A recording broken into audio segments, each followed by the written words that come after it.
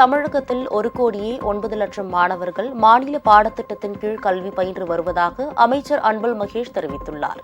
15,20,000 மாணவர்கள் மட்டுமே மும்மொழியை கற்று வருவதாகவும் அவர் விளக்கம் அளித்துள்ளார். மத்திய அமைச்சர் தர்மேந்திர பிரதான் கருத்துக்கு பதிலளிக்கும் வகையில் தனது எக்ஸ் தளத்தில் இந்த தகவல்களை அமைச்சர் அன்பில் மகேஷ் பதிவிட்டுள்ளார்.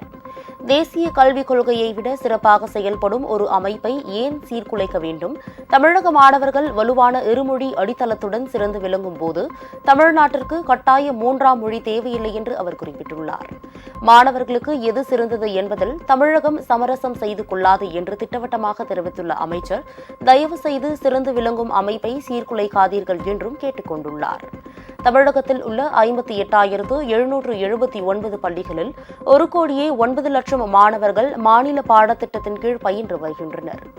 1,635 சிபிஎஸ்இ பள்ளிகளில் 15,20,000 மாணவர்கள் மட்டுமே மும்மொழி படித்து வருவதாகவும் அன்பில் மகேஷ் கூறியுள்ளார்.